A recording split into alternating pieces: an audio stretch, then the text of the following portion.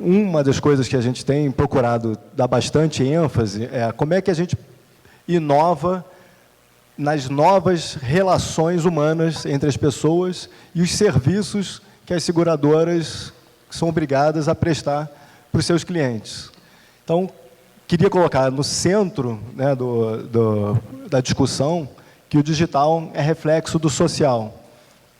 Então, qual é o modelo de negócio que você está querendo construir e identificar com todas essas oportunidades e os dados que foram apresentados já aqui agora mais cedo, para aí sim você encontrar uma solução nova com base nessas novas tecnologias que vão ajudar a dar mais acesso, mais informação para o nosso cliente, no nosso caso aqui estamos falando do brasileiro, e não simplesmente foco em ganhos de produtividade, olhando para o nosso umbigo, né, das nossas companhias, ficando mais eficientes, ganhando mais coisas, e como é que a gente olha bastante para fora. Então, o Brasil vive, né, a realidade do Brasil, que eu estou chamando aqui de analfabetismo financeiro, né, as grandes dúvidas ainda se recaem sobre orçamento familiar e endividamento. Se eu tivesse que citar 3 variáveis importantíssimas para planejamento familiar, que é um entendimento básico sobre inflação, juros compostos e diversificação, então estamos distantes, né, dessa realidade no Brasil. A Icatu, alguns anos atrás, acho que 8 anos atrás, fez em parceria com a Fundação Getúlio Vargas 5 cursos online gratuitos, qualquer um pode entrar e fazer, que vai desde orçamento familiar até investimentos avançado. Mais de 1 milhão de pessoas fizeram o curso, fizeram o certificado. A grande maioria, 700 mil de 1 milhão e 200 mais ou menos que fizeram, se focaram no orçamento familiar. Então, esse é o nível de demanda que existe ainda hoje, né, no nosso mercado. E o que tem hoje, né? Todos os influenciadores, todo mundo que hoje em dia o brasileiro hoje tem acesso, né, a opiniões e recomendações das mais diversas, nos diversos canais. O que eu capturei em comum, né, não em comum, em comum desses todos, você pode, você é capaz. Esse é o recado que o pessoal está dando, que eu acho importantíssimo, que é tirar o brasileiro da inércia de ter que tomar uma atitude, né? Às vezes, uma das piores decisões a se tomar é não fazer nada. Então, hoje em dia, tem essa provocação para se tomar uma atitude, fazer alguma coisa, e temos um desafio ainda maior. Estava vendo ali, para quem estava na palestra ali do outro lado, falando sobre o que a gente aprende, né, ao longo da vida e vai desaprendendo.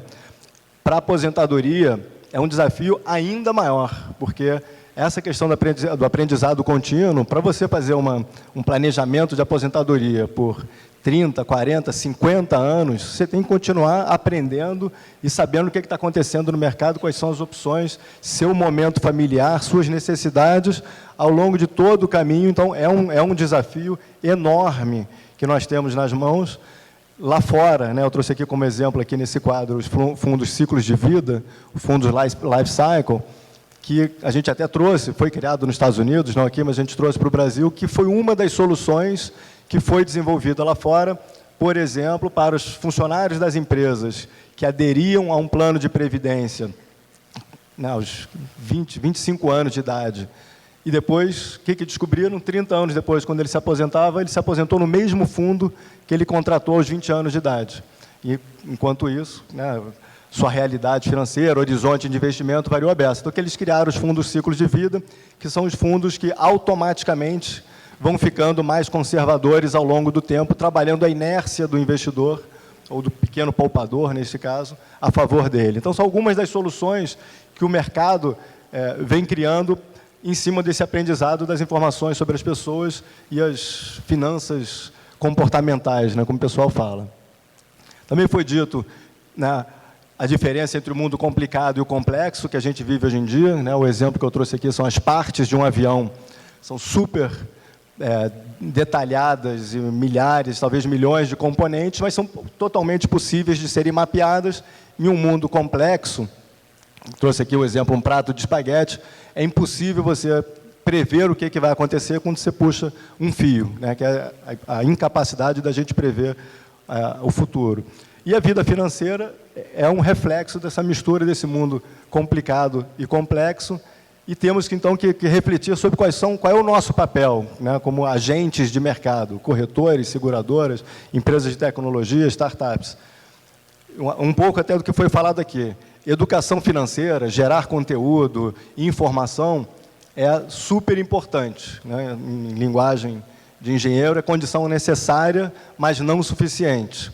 Então, já foi comprovado que você gerar informação, gerar conhecimento, não ajuda, muitas vezes, as pessoas a tomarem uma decisão e saberem minimamente o que esperar a cada momento.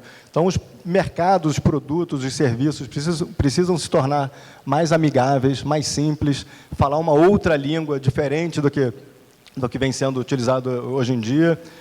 A população está envelhecendo, então nem tudo é sobre millennials. Como é que a gente vai conversar com as pessoas num grupo, né, cada vez com uma longevidade cada vez maior?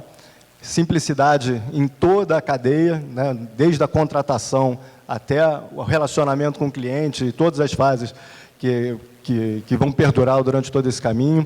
Eu ouvi também outro dia, né, de um cliente fala assim, que geralmente as seguradoras, não só acho que no Brasil, mas no mundo todo, o cliente fala, poxa, eu já casei, já me separei, já me casei de novo, tive 3 filhos e a seguradora em nenhum momento me procurou para oferecer alguma coisa adequada à minha nova realidade, né? Como é que a gente consegue atingir esse grau de maturação?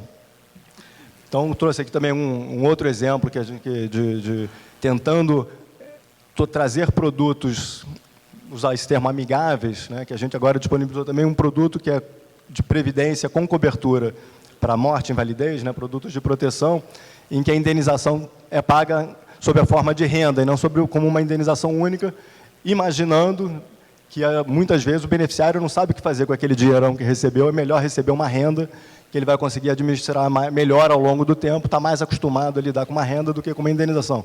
De novo, uma hipótese a ser testada, provocada, e ver como é que funciona. Então, acho que para esse painel é importantíssimo a gente sempre relembrar que, né, a aposentadoria não é uma transação, é uma jornada, tem todo esse desafio ao longo de toda a cadeia. Um dos nossos pilares, né, como no nosso caso uma seguradora de vida e previdência, é universalizar o acesso aos produtos de vida e previdência. Então, o que nós descobrimos ao longo desse caminho? No ano passado, nós lançamos um fundo novo de previdência por semana, ao longo de todo o ano. Então, foram mais de 50 novos fundos de previdência, e fomos aprendendo ao longo do caminho o que isso significava. Então, nós conseguimos trazer, né, os grandes casas, gestores de recursos, para este mercado de previdência. Então, o pequeno e médio poupador teve acesso a fundos, né, de investimento e a gestores que eles não tinham acesso. E vou até dizer que, quase que sem querer, a gente também escutou dos pequenos gestores que muitas vezes abriram suas empresas de gestão de recursos focado nos investidores institucionais e terem poucos clientes, e eles se viram, de repente, através da nossa plataforma, tendo acesso a 10 mil, 20 mil clientes contratando os produtos dele, e ele abismado em estar fazendo parte desse mundo, né, do varejo, do pequeno poupador, e que vai estar presente com ele, está contando com ele pelos próximos 30, 40, 50 anos. Então, a gente viu também essa forma de dar acesso a esse mercado de previdência e a esse aprendizado. Está todo mundo aprendendo junto e lançando novos produtos e novos serviços a todo momento. E aí eu trouxe aqui, que eu chamei aqui de uma oportunidade que eu vejo também grande no mercado a ser ocupada.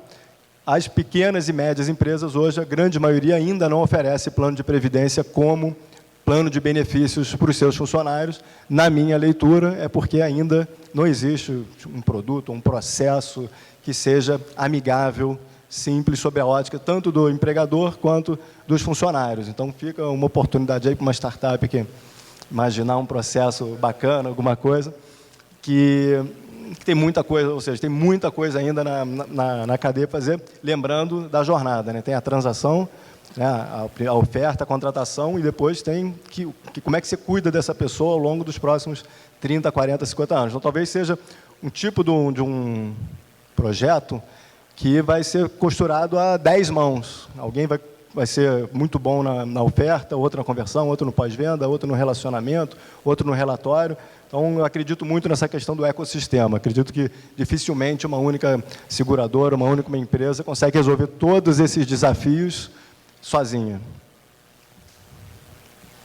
E essa questão do propósito, né? Aqui trazendo como exemplo, né, o seguro de vida, né? Nós, como seguradores de vida, a gente está presente nos momentos mais felizes e também nos mais tristes da vida da pessoa, né? E conseguimos proporcionar continuidade, né, da vida de uma família e dos negócios, às vezes, também dos pequenos empreendedores, quando ele se planejou e se protegeu para o infortúnio.